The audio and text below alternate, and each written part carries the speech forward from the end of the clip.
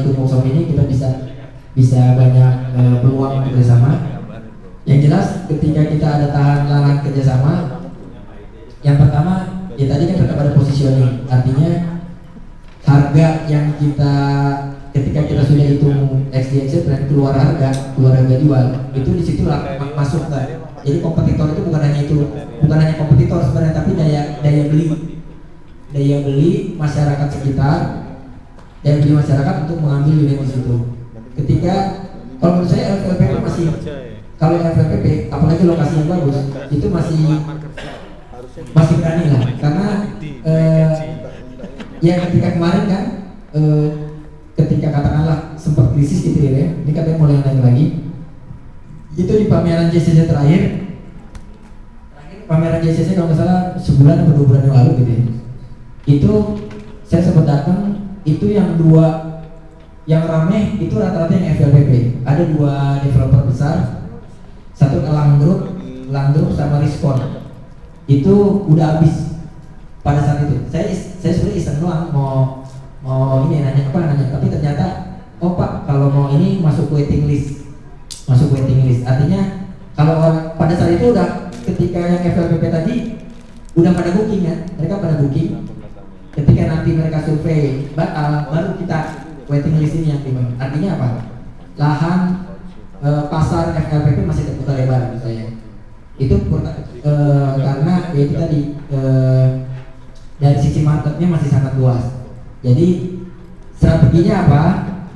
Strateginya yaitu kalau misalnya lokasi kita nggak jauh dari yang developer besar, yaitu tadi paling gimmick marketing yang misalnya kalau dari sisi harga kita masih bisa di bawah 10%, itu salah satunya dari yang itu. Yang jelas ketika dia sudah aku istilahnya sudah lama, dia kan butuh operasionalnya besar, pasti dia butuh fasilitas segala macam. Jadi bukan berarti ketika kita aku istilahnya belum lama sama-sama yang FLPP, harga jual kita di atas mereka, belum tentu juga. Itu benar-benar dihitung ininya. Yang jelas kalau misalnya kita masih bisa di harga di bawah dia, masih margin kita masuk, itu salah satu strateginya di pricing.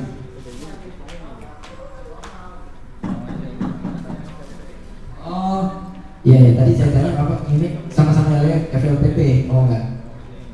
Jadi luasan tanah sama spek. FLPP kan biasanya speknya rendah ya, maksudnya speknya menengah bawah. Terus luasan tanah juga terbatas.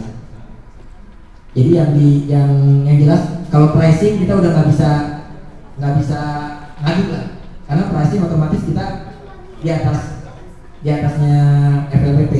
Tapi kalau misalnya ternyata spek kemudian yang lainnya kita masih bisa tawarkan, luas tanah misalnya.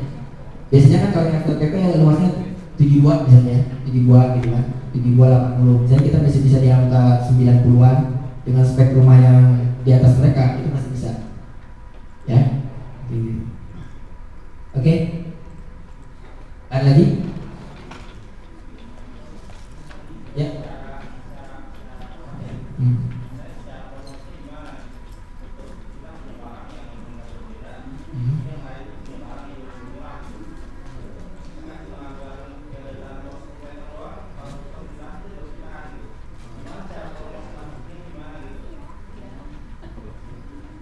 Jadi ini sekali lagi yang jelas untuk urusan rezeki insya Allah udah ada ya, rezeki udah ada. Maksudnya kita biar kita nggak ini duluan ya, nggak down duluan ketika kita berhadapan dengan itu. Yang jelas setiap kita kan kayak kata orang tapi berlaku sering kita dengar itu, jual properti itu kayak jodoh-jodohan. Jadi menemukan pembeli yang untuk bisa menempati rumah yang kita tawarkan itu kayak nyari jodoh gitu. Ketika rumah yang kita tawarkan itu secara pricing itu di bawah yang lain, Bapak melihat nggak di situ ada keunggulan apa yang bisa Bapak tawarkan selain harga tadi? Kan harga di bawah.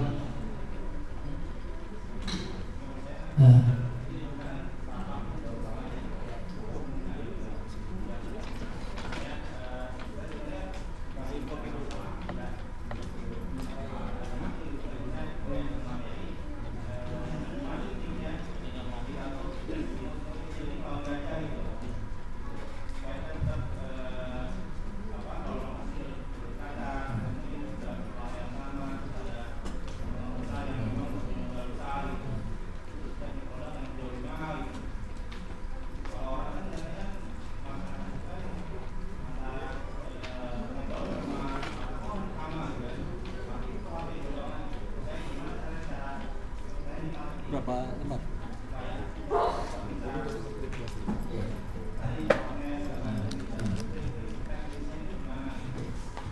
Jadi ini target marketing berdasarkan tahapan proyek ya, life cycle istilahnya. Nah, ini nanti kita lanjut ke nanti mungkin ada di materi selanjutnya ini bagaimana kita kemudian fokus di sellingnya. Artinya kita kan produk udah produk kita sudah ada nih, sudah kita segmentasi dan sebagainya, keluar hargaan, tapi ternyata kemudian ada kompetitor yang secara ya dia develop udah duluan gitu.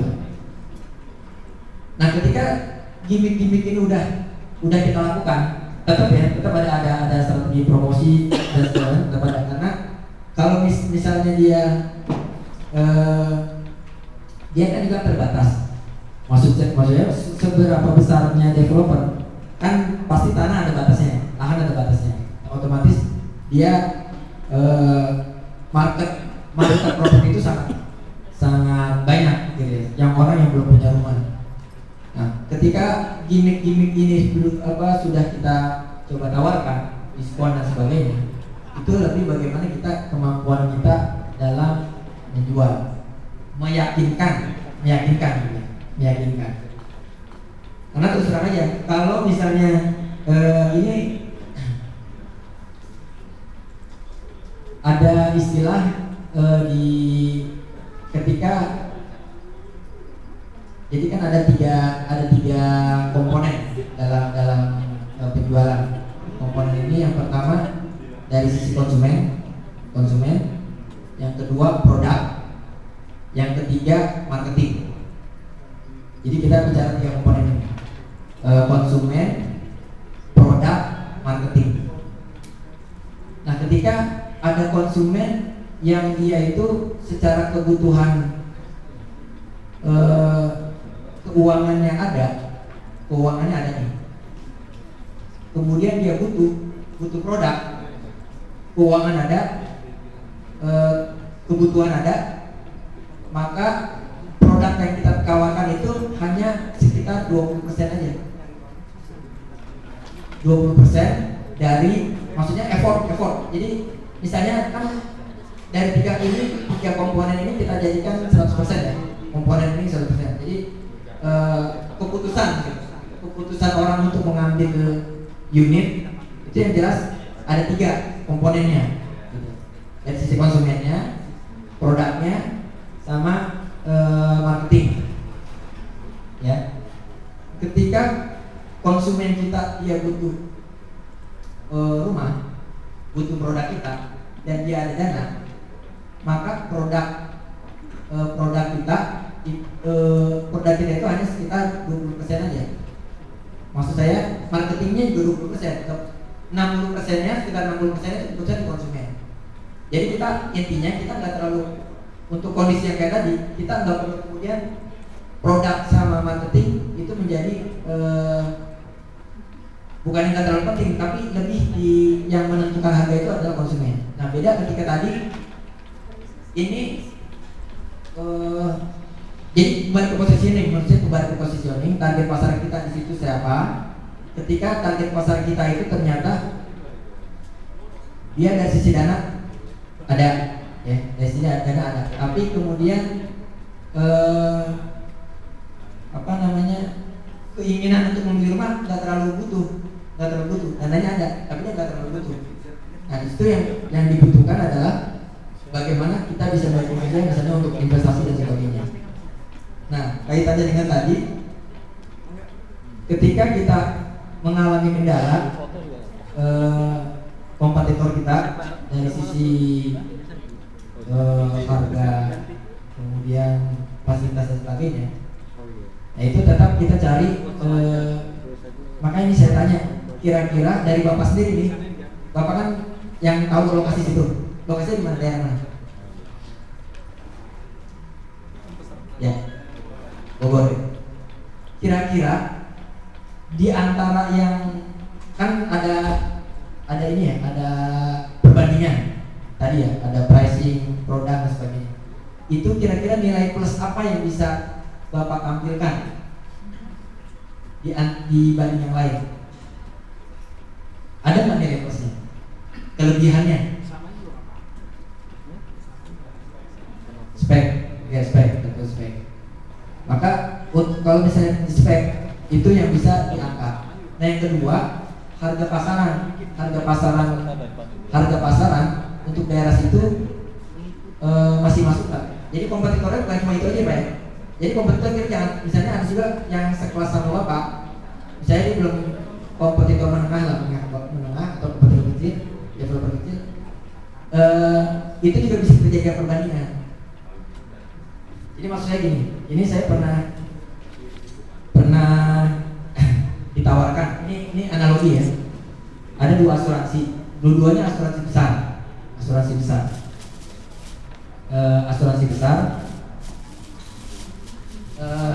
Dua-duanya datang ke saya tapi waktunya berbeda ya.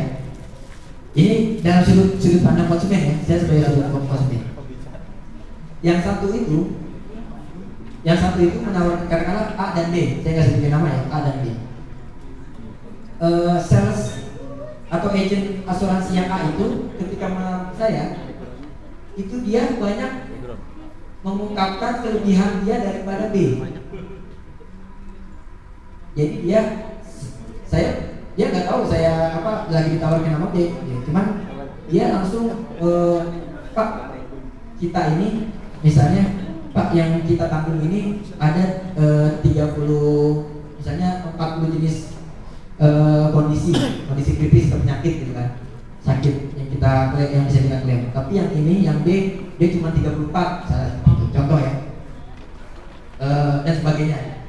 Jadi dia ketika ini dia kayaknya nggak pede dengan produknya dia, tapi dia selalu membandingkan dengan yang si B, gitu. Beda ketika si B datang, dia fokus menawarkan produknya yang B. Pak, ini mana? Dia nggak menunjukkan A sama sekali, sama sekali. Jadi dia fokus ke produknya dia, gitu. Maka secara naluri konsumen saya, katakan ya, saya lebih percaya kepada yang si B. Artinya apa? B dia secara, ya walaupun dia benefitnya enggak, tapi ini kita kan kalau bicara marketing kan biasanya kan ada hipnosis dan sebagainya gitu. Artinya bagaimana selain produk yang kita tawarkan, kita juga melihat attitude dan sebagainya. Jadi itu tadi kaitannya dengan ini. Ketika kita ada produk properti yang kita punya, maka kita fokus menawarkan itu. Kecuali ketika dia sendiri konsumen, Pak, kok di sini gini, di sini lebih murah, di sini, baru kemudian kita tawarkan yang tadi kita bisa menangnya di spek. Itu menurut saya fokusnya di situ, di spek. Fokus saya di situ, di spek. Artinya ada nilai plus dibanding kompetitor kita. Walaupun yang lainnya kita mungkin sama atau di bawahnya. Itu yang sama. Nah yang ketika ternyata konsumen dia nggak tahu ada developer A, dan nggak tahu misalnya dia udah survei tapi nggak cocok kan, berarti kan mana tahu kan, bisa jadi konsumen udah datang ke developer yang besar itu, kemudian dia ada ketidakcocokan, entah speknya tadi, bisa jadi speknya, lingkungan dan sebagainya. Ada juga orang kan yang nggak pengen lingkungan besar kan, pengen klaster-klaster kecil gitu kan. Ada juga banyak orang yang kepinginnya saya pengen yang klasternya kecil aja, jadi nggak hidup bersosialisasi nggak terlalu nggak suka sosialisasi, itu bisa. Jadi dan kita nggak perlu ketika mereka nggak membandingkan ke developer yang lain, kita nggak perlu mengangkat developer yang lain. Oh di sana gini developer kayak gitu. Jadi itu tadi menumbuhkan simpati. Gimana ya? Demikian. Oke, yang lain? Ya.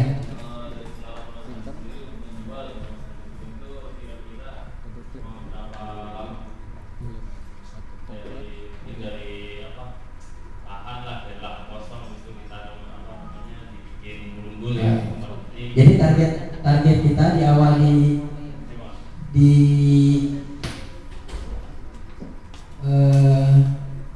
3 bulan.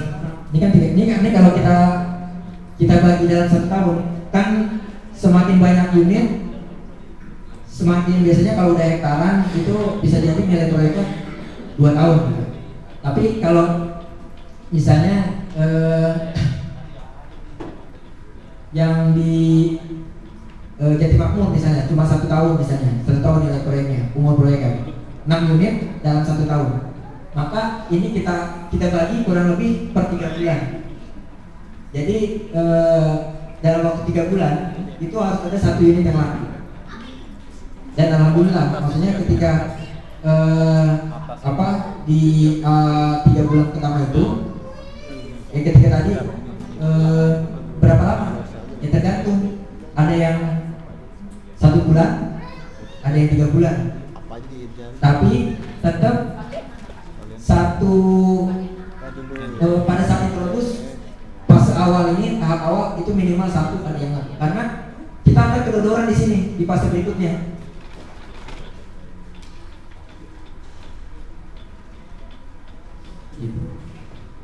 Nah, untuk yang tadi, untuk yang promo tools marketing itu kenapa saya tadi ada tools marketing yang harus tetap kita gunakan. Kita nggak tahu konsumen kita itu dapat informasi mengenai produk kita itu dari mana?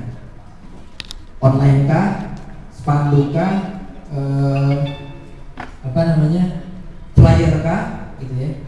Itu bisa macam-macam. Kalau kita nggak coba, kalau kita nggak terapkan, itu otomatis peluangnya lebih kecil, ya kan? Peluangnya lebih kecil. Maka sejak awal dibudgetin ya untuk yang tadi. Contohnya gini, ada jadi waktu itu ada unit yang sudah kebetulan unitnya satuan, unitnya kaplingan. Kalau kaplingan kan biasanya kita nggak perlu bikin brosur ya. Jadi satu perumahan ada 1 kapling misalnya.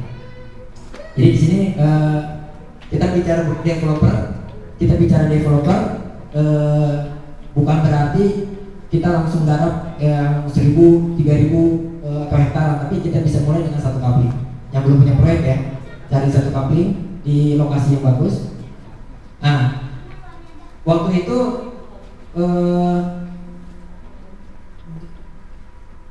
ketika saya taruh di internet, itu seminggu belum ada yang kontak gitu ya, belum ada yang kontak nih, seminggu. Maksudnya kebetulan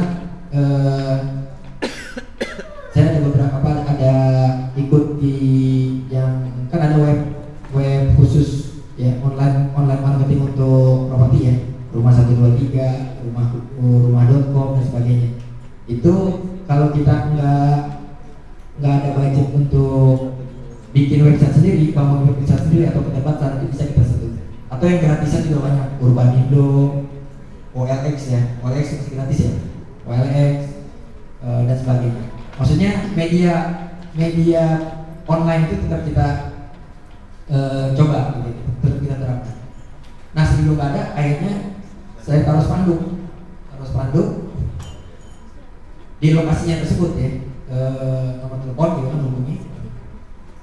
Besoknya ada yang survei lewat situ, di lokasinya di sini pemilik buka biji. Itu belum jadi maksud tadi. Kan kita biasanya bisa jual gambar dulu kan. Kemudian hari kedua setelah saya pasang spanduk itu ada yang kontak, Pak, kemarin saya survei ada tanah apa, ada kapling dijual. Oh iya Pak, saya boleh tahu batas-batasnya? Oh boleh, saya kasih tahu batas-batasnya. Oh nanti saya ke lokasi dulu, gitu kan. Ketika Bapak tahu dari mana? Dari spanduk Pak, mana ada spanduk, nomor telepon gitu. Ketika dia datang kembali ke situ, oh Pak, dia mau tanya lagi ya Pak, spanduknya udah nggak ada, gitu. Spanduknya udah nggak ada. Oh iya kayaknya di sini jarang memang ada spanduk. Ketika ada spanduk biasanya ada calo-calo kampung gitu ya, suka nyepotin dan sebagainya. Tapi yang jadi titik poin adalah spanduk itu, ini sebenarnya salah satu contoh ya, tools atau media marketing. Jadi jangan menyepelekan satu media marketing gitu. Ketika dalam waktu satu hari saya pasang spanduk, kemudian besoknya udah nggak ada, itu pada saat satu hari itu kemudian ada konsumen yang melihat dan dia kemudian tertarik dan akhirnya closing dari spanduk itu. Jadi kebayang kalau kita misalnya jadi tadi kan rezeki jodoh ada jalannya, maksud saya gitu. Jadi ketika kita sudah berusaha untuk mengoptimalkan media marketing, maka ya insya Allah nanti yang di atas akan kasih jalannya. Ini dari mana nih ininya? Tadi contohnya dari itu. Jadi dan ternyata spanduk itu efektif untuk menarik ya konsumen yang lokasinya nggak jauh dari perumahan itu. Jadi ternyata itu masih di daerah perumahan itu juga gitu. Dan dia udah ngincer ini siapa sih mau ini siapa sih nggak bangun nggak tahu gitu. Atau kapan sih? Ternyata dia udah. Jadi bisa jadi di lokasi sekitar perumahan kita itu yang akan kita garap itu sudah banyak yang mengharapkan akan dibangun perumahan. Jadi fokusnya kita dari situ dulu, dari lokal, jadi spanduk dan sebagainya. Oke, ya udah jam 3, kita lanjutkan ya, masih ada lagi.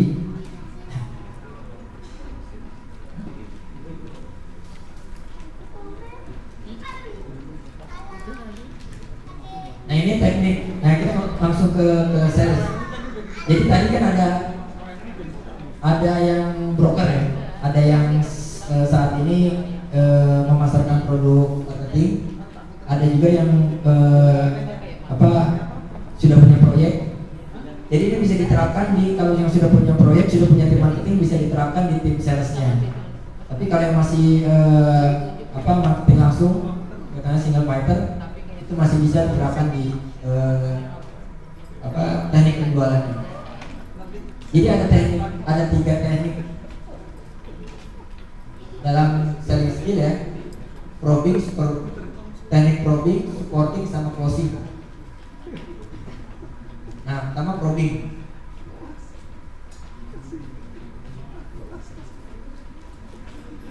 Jadi tahapan selling ya. Yang pertama probing. Probing ini bagaimana kita menyelidiki, mencari tahu, menggali informasi, peluang dan kebutuhan prospek dengan cara mengajukan pertanyaan-pertanyaan.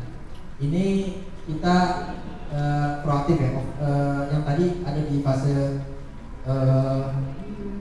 awal maupun yang pertumbuhan ofensif.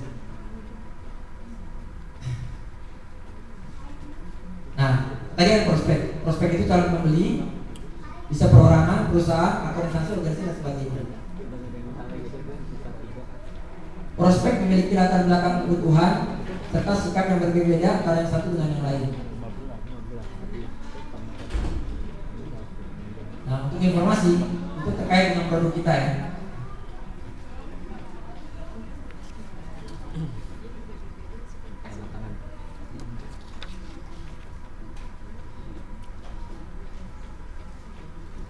Nah, ini ada eksternal, ada internal. Eksternal itu maksudnya bisa orang lain ataupun mediator.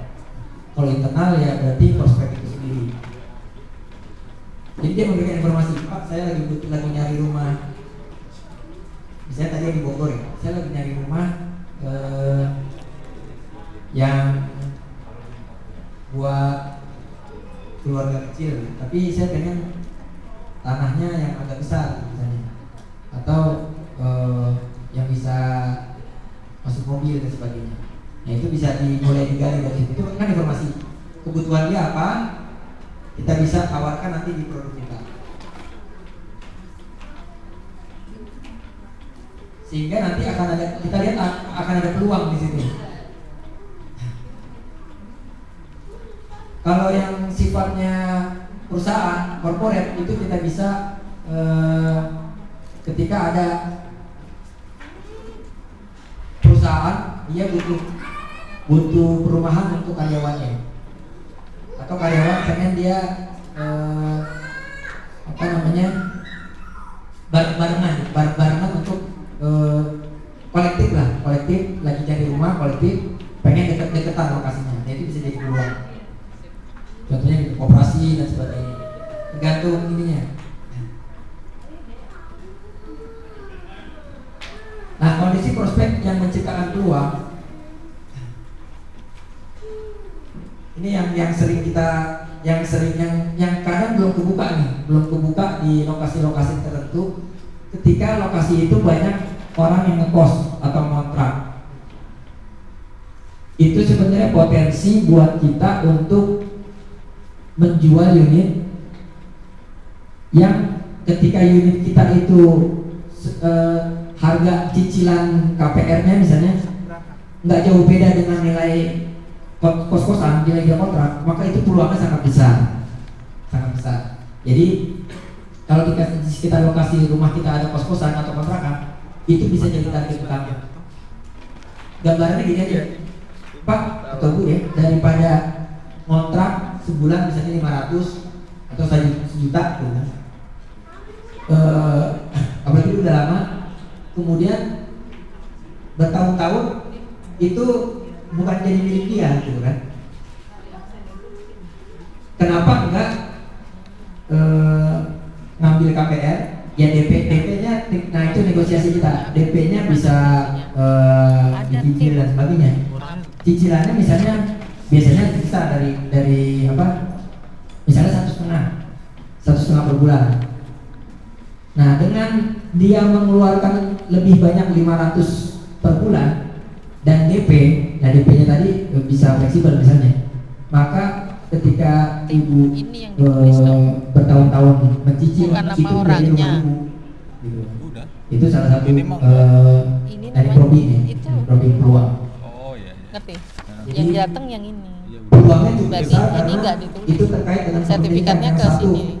sama-sama keluar cash out bulanan, tapi buat orang lain, yang satu lagi buat investasi buat dia sendiri. Loh, ini kok Isbadianto ini depannya? Itu Oh juga. salah om. Bos om. Enggak salah kok. Nah, ini. Sorry.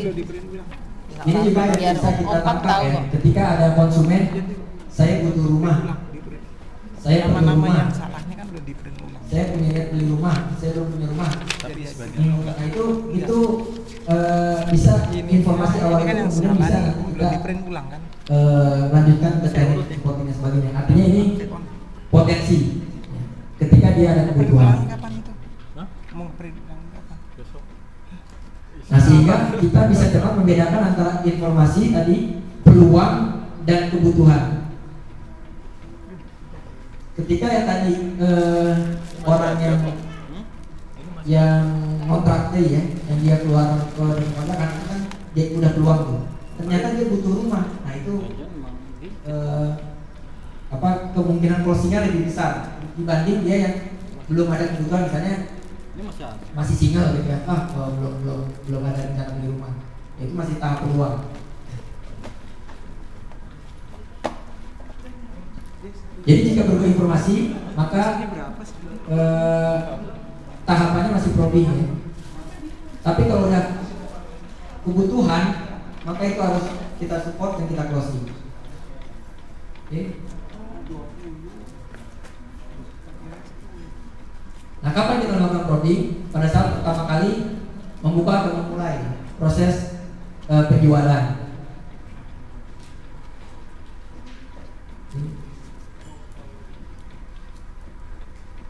Nah, ini terkait dengan sikapnya.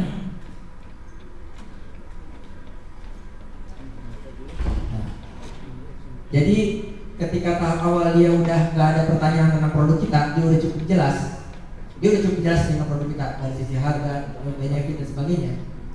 Itu memang belum pada tahap keputusan dia closing, tapi itu minimal probingnya sudah cukup ya. Artinya semua informasi keluar sudah kita sampaikan. Nah, tinggal bagaimana memastikan prospek ini menyetujui atau enggak produk yang kita tawarkan.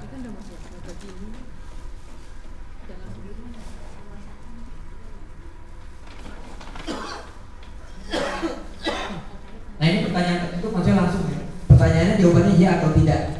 Apakah Ibu akan mengambil atau Bapak akan bersedia mengambil ini gitu. Itu tahapan probing.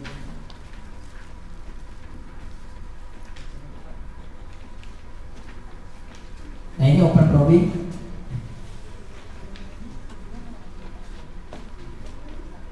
Jadi pertanyaan bagaimana Bu? Bagaimana kira-kira apa dengan produk rumah kami gitu, seperti itu. Jadi ada jadi enggak ketika kita ada konsumen yang survei kita nggak lepas begitu aja, tetap ada kata-kata penutup untuk menentukan ini konsumen layak di follow up, layak di closing atau enggak.